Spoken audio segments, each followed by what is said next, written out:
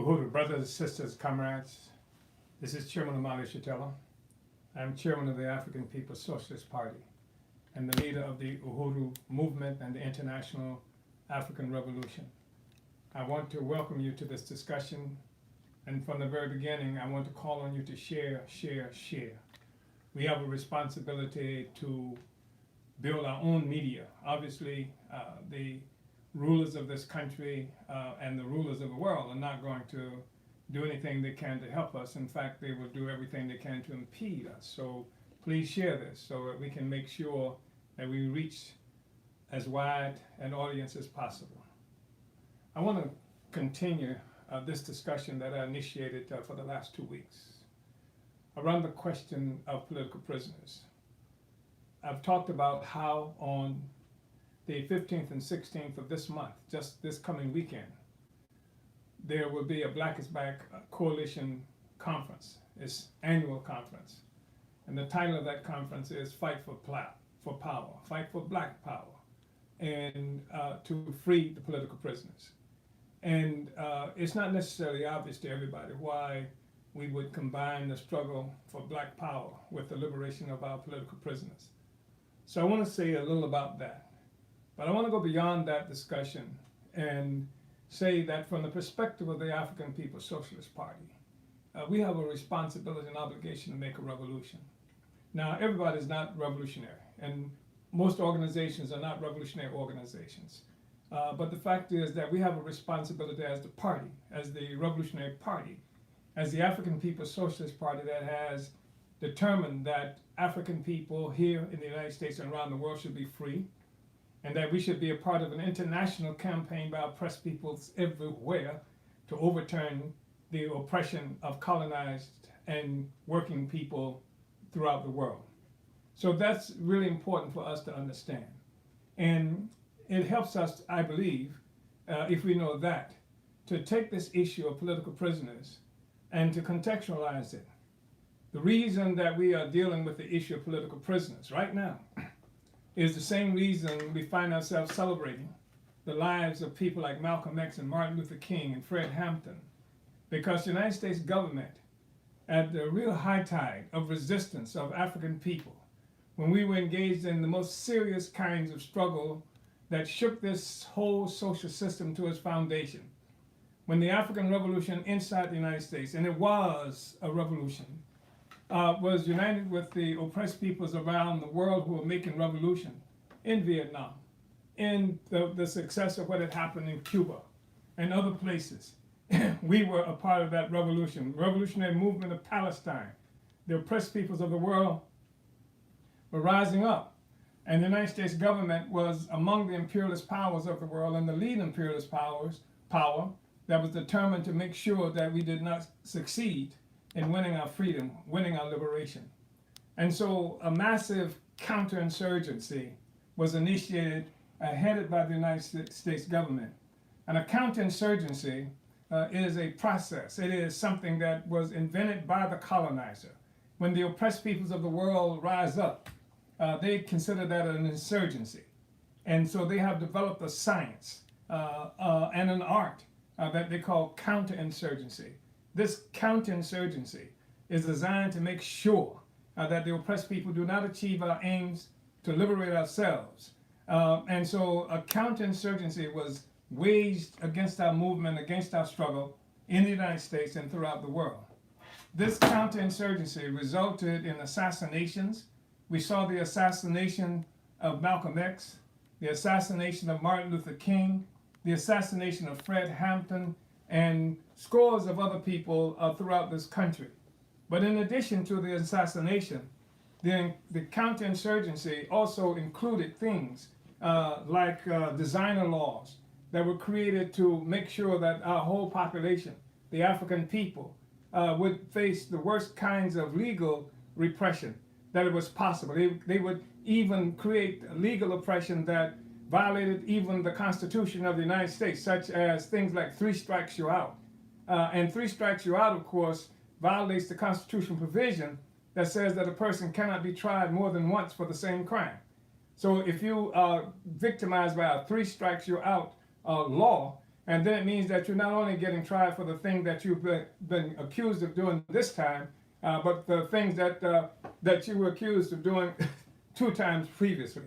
So this counterinsurgency, it initiated, as I said, legal components of terror against our people to be able to justify the legal domination of our people, and not just to us as Africans, although many Africans were tremendously influenced by the fact that now they're doing this legal. It wasn't like how they used to do it when it was supposed to be illegal, where they drag you out and hang you to the nearest tree. Now they've made it legal. And so we had, like I said, designer laws and things like that. And then the other thing that they did, part of this counterinsurgency, was that they initiated a whole drug economy in our communities. And some of you have heard some things about it. You've seen evidence of the CIA involvement in creating and then distributing crack cocaine throughout our communities. The drug economy is what they did. People were talking about fighting against the drug problem, but it was not a drug problem as such. What had happened was the United States government, the same government that keeps us living under colonial domination, is able to determine whether or not we're going to be able to work within the legal colonial system. That's what much of the struggle that African people engage in all the time, is just to find a job, just to be employed, just to be able to pay the rent, just to be able to buy food, just to be able to take care of our children. That's what the employment is for. But if the rulers of this country, who control the economy of this country, can create laws that we call designer laws, then can create the inability of African people to get jobs within the legal capitalist economy, then they open up an illegal capitalist economy for our participation. And this was the whole drug economy. It wasn't a drug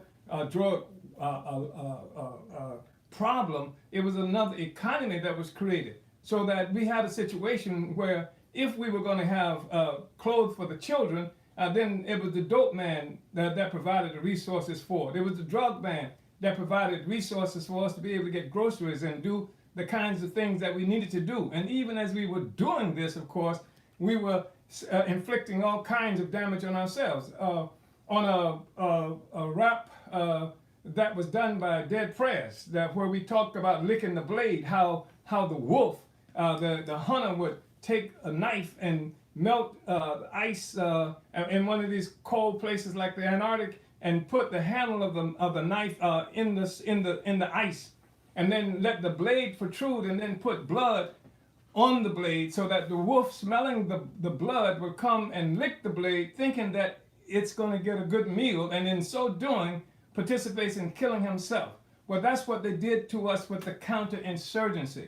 They created a drug economy, and many Africans thought they were getting over on the white man because they were dealing with the drugs, when in fact the white man put it there for us, and it created chaos in our communities as a part of the method by which they would attack the revolutionary movement, because the insurgency that was happening in this country was being led by African people, had been going on for a long time, had shaken the very foundation of this country ideologically and politically. In fact, African people had turned their backs on the system politically and ideologically. We're seeking other alternative philosophies. We're seeking our own independent organizations, creating independent organizations that had nothing to do with the organizations that have been provided by the ruling class, by white power, to satisfy our interests. And when I say the organizations, I'm talking even about organizations of white power in blackface, like the NAACP and others like that, which claim to be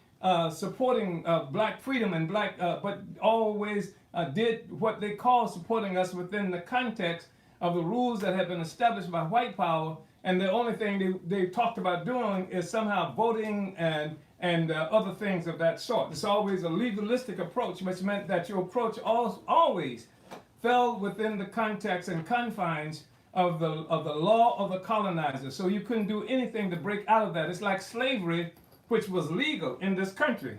When they were locking up African people, they were not breaking the law. And to the extent that people could be warned that the only way you could deal with this is legally, then we would have forever have been enslaved. So it took Nat Turner it took other people like that who, instead of saying, let's go and ask the white man for our freedom, let's fight, strike out, and win our freedom ourselves, because legally they can do this to us. And in fact, after Nat Turner was captured, they actually took him to court and put him on trial for leading African people to our freedom. So this is the kind of thing that we're talking about. And so we had this legal approach that was taken, that was a colonial approach that was designed to keep us from winning our freedom.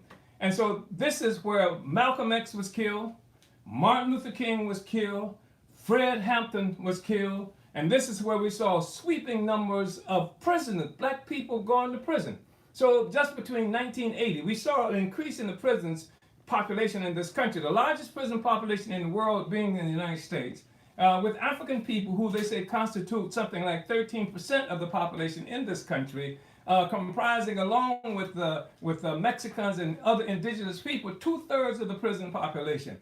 And then we saw that this massive increase in prison population starts with the height of the struggle of black people. You see it even beginning to emerge on the back of the 1950s during the civil rights movement, and then certainly in the 60s it rises up again, and then from 1980 to something like 2017-18, the prison population in this country increased 500%. This was counterinsurgency. And as the overall prison population increased, this was to make sure that African people did not rise up. They put drugs in the community in the form of crack cocaine, and then they put prisons and laws, they manipulated laws, created laws that would be designed so that if you now are trying to survive during this drug economy, during this whole counterinsurgent process, you find yourself having to break the law in order to do it, and then you find yourself also being able to say that you're guilty of something, and everybody around the world can unite with your guilt. And this is part of a clever counterinsurgency program that was initiated against our people. The fact of the matter is, all the laws in a colonial system are designed to maintain the system of colonialism. All of them, every one of them. And so that's what was happening to us. So we're looking at counterinsurgency.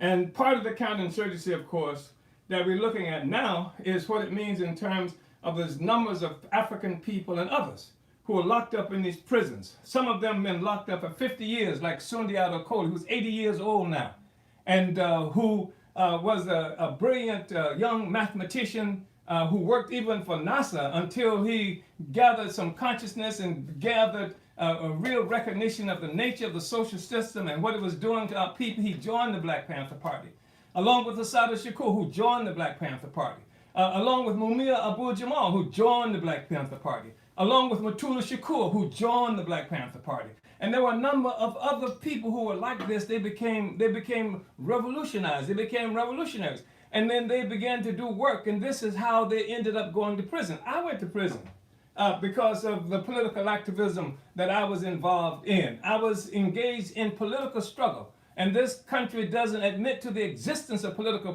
prisoners because it makes the claim that their democracy is so profound and abundant here in the United States that there is no such thing as putting somebody in prison because of a political crime. Of course, nothing could be further from the truth.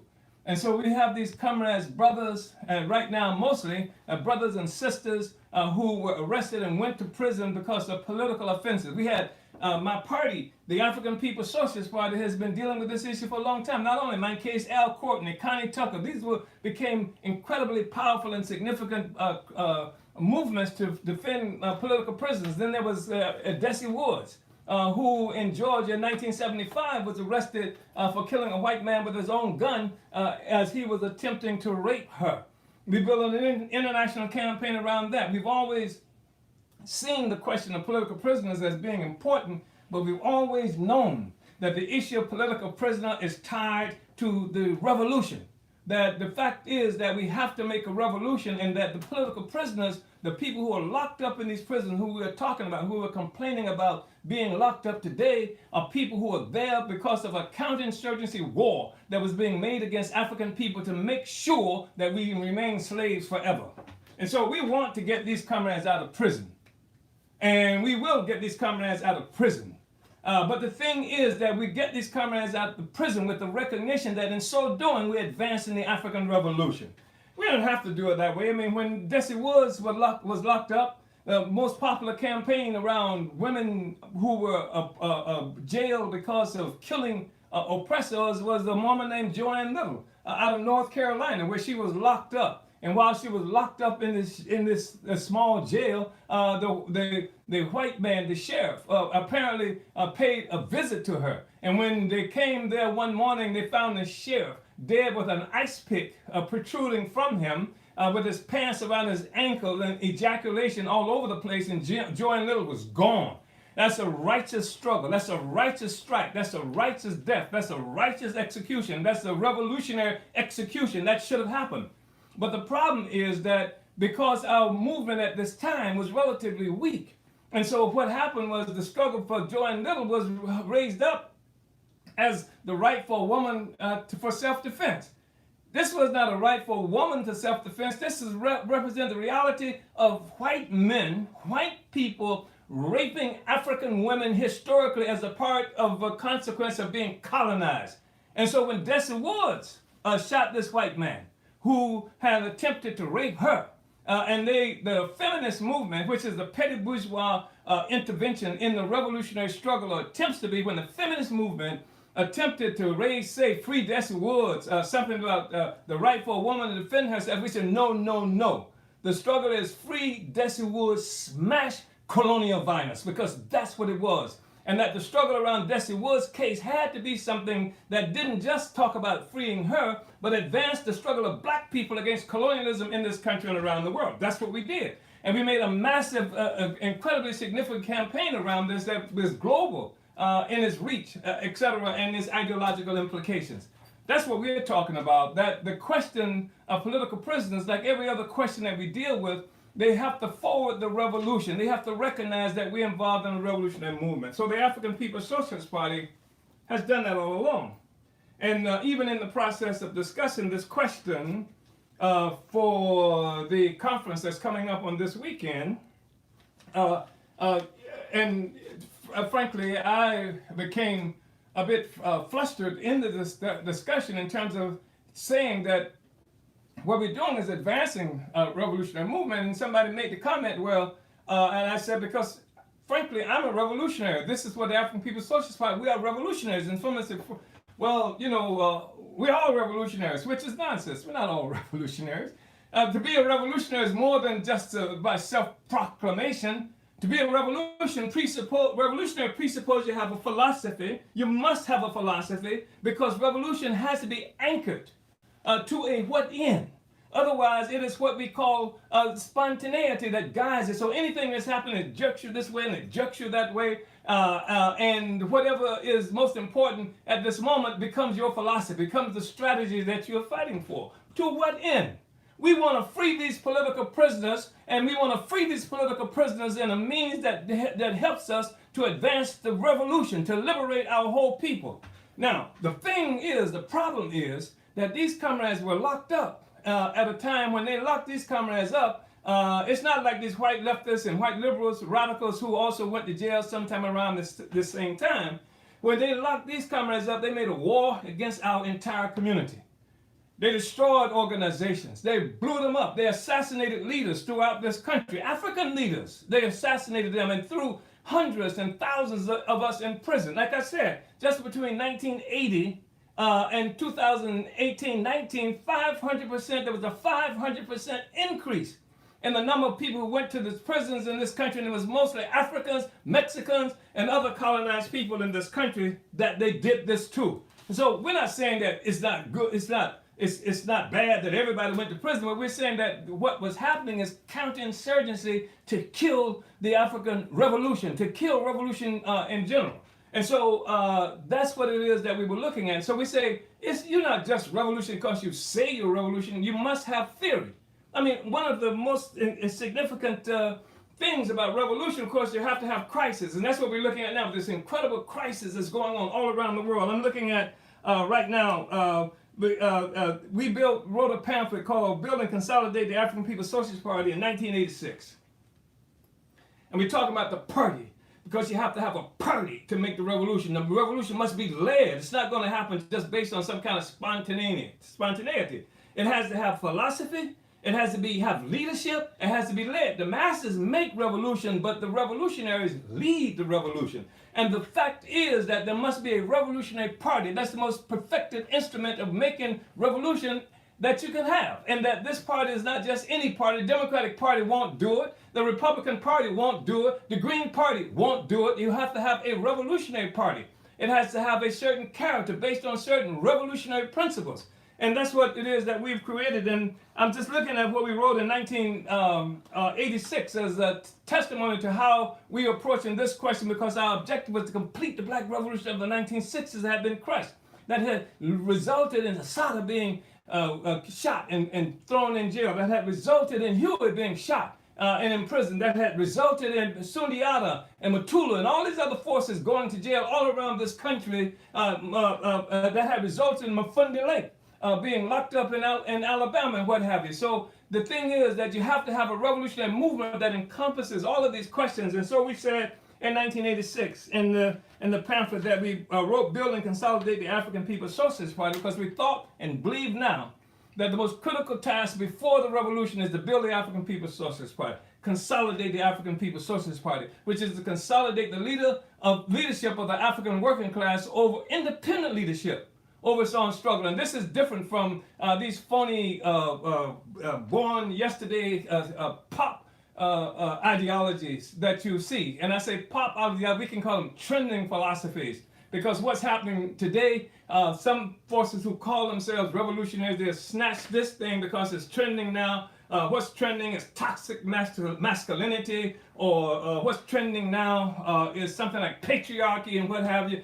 African people around the world live under colonialism, colonial domination. Every place around the world, imperialism, white power, either in whiteface or indirectly in blackface, control and dominate our lives, and that's the target that we have to fight against. And this colonialism is the foundation for the existence of a social system called capitalism. Capitalism was born through the enslavement and colonization of Africa and other peoples around the world. If your philosophy doesn't teach you that, if you're not African internationalist, then this notion that you're some kind of revolutionary is nonsense. So we said, we have intervened, because that's what we're doing now, intervening in the mass spontaneous struggle of the people. We have intervened in the spontaneous struggles of the masses around virtually every question. This is 96, and 86 rather, and attempted to enhance the fighting capacity of the people with proper revolutionary leadership. We have attempted with more or less success.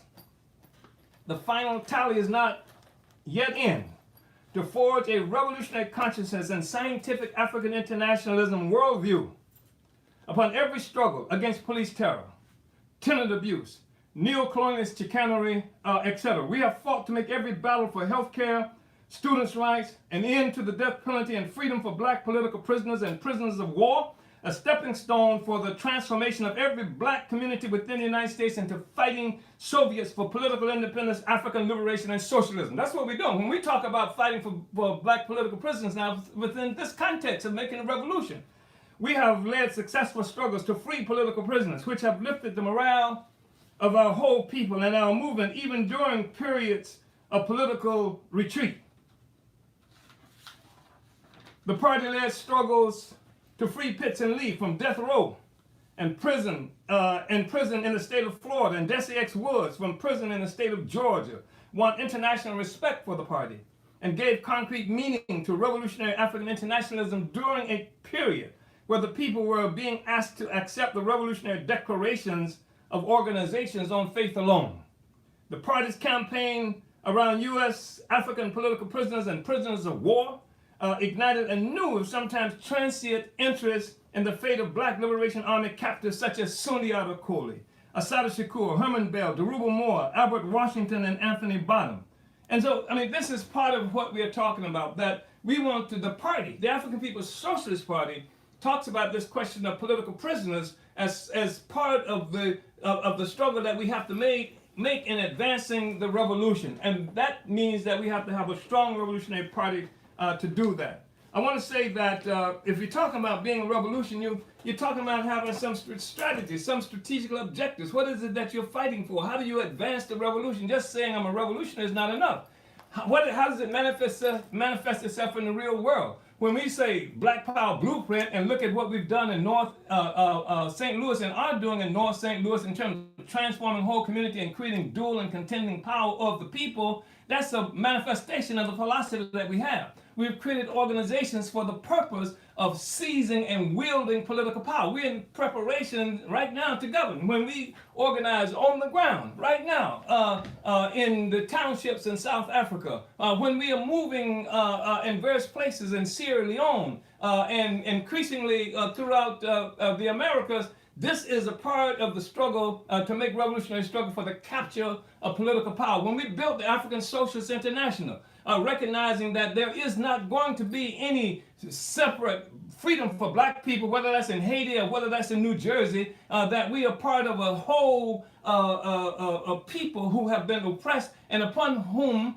whose oppression the foundation of capitalism rests. We recognize that central to the liberation of the peoples of the world, the toiling peoples of the world, central to the destruction of capitalism and the rise of socialism is the international African revolution that we lead right now, and we're building and working on every day. So we say build black power, fight for black power, free political prisoners, because these political prisoners are there as a consequence of a counterinsurgency that killed Malcolm, that killed King, killed Fred Hampton, and so many other people who were trying to make this revolutionary struggle. Lawrence Mann, who was a member of our party, died as a consequence of this counterinsurgency. I was out of prison with such frequency I had to read the newspaper to find out where the hell I was, but the objective was to stop the revolution.